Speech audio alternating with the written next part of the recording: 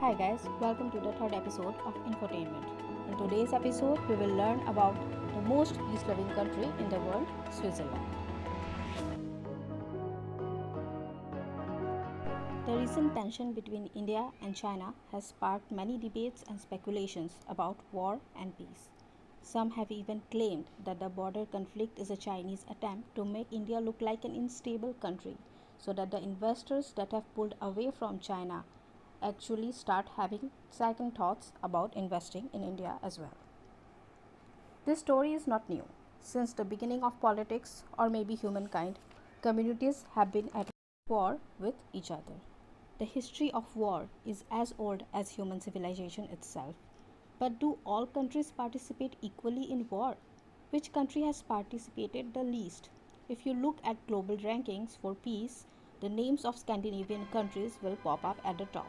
But in the same list, there is one country which has performed outstandingly in maintaining peace over 200 years. This is a country that went in war for the last time in 1815. It's Switzerland. Switzerland is located at the center of Europe, between the three great powers, Italy, Germany, and France. After Napoleon's final defeat in 1815, in which the Swiss army fought by his side, the Swiss people decided that they would like to stay away from war. So in 1815, Switzerland kind of sent out a message to its neighbors that it is not going to get involved anymore. But of course, the neighbors did not care back then because they were too busy fighting each other. Time passed, and now it was 1914, when the world was about to go for its first World War. The Allied and the Axis powers decided to attack each other, but there was one small problem. There was no room for them to get to each other. I mean, sure, there was through Switzerland, but then the powerful neighbors recalled what their little neighbor said back in 1815 about not participating in a war. And now there was no convincing to Switzerland. As soon as Switzerland heard that World War is on the horizon, it installed armies at every corner of the country.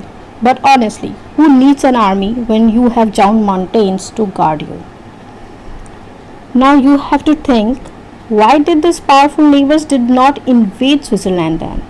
Well, there are two reasons. First, who would risk losing man on those giant mountains to invade a country that is silent and neutral for over a century? Number two, as I told you earlier, Switzerland is located at the heart of Europe. So if you are Germany and you are trying to invade Switzerland, it means that Switzerland will go and join hands with your opposition, probably the British army, and then you will have one more army to fight. So everybody just decided to leave Switzerland alone and go to war among themselves. So what did Switzerland do while its neighbors were busy in bloodshed?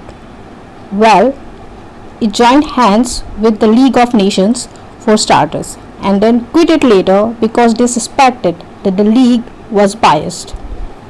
Also, the League of Nations was attracting Hitler's wrath after the First World War, and Switzerland thought that it was probably the best idea not to piss off a giant dictator.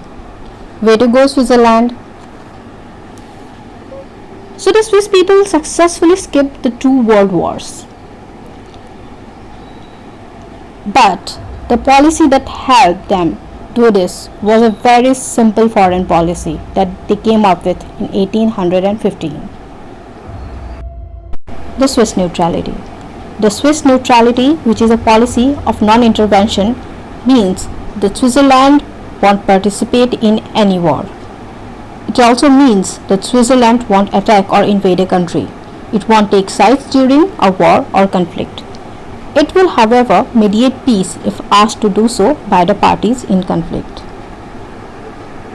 The Swiss calls it an act of self-preservation. In international relations, this stance is called perpetual neutrality. It is similar to non-aligned movement that India started during the Cold War, but not quite the same. Wondering if Nehru was intrigued by Switzerland here. Under perpetual neutrality, Switzerland has boycotted NATO or any such military alliance. Switzerland has its own military and quite a strong one too.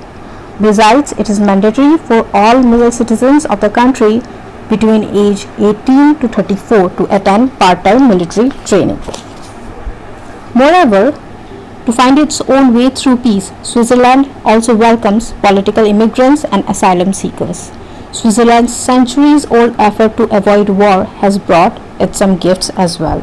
Over a decade, Switzerland is termed one of the most peaceful countries in the world. In future, the chances of Switzerland getting attacked is very low. So much so that it is said, if you want to escape World War III, you should run to Switzerland.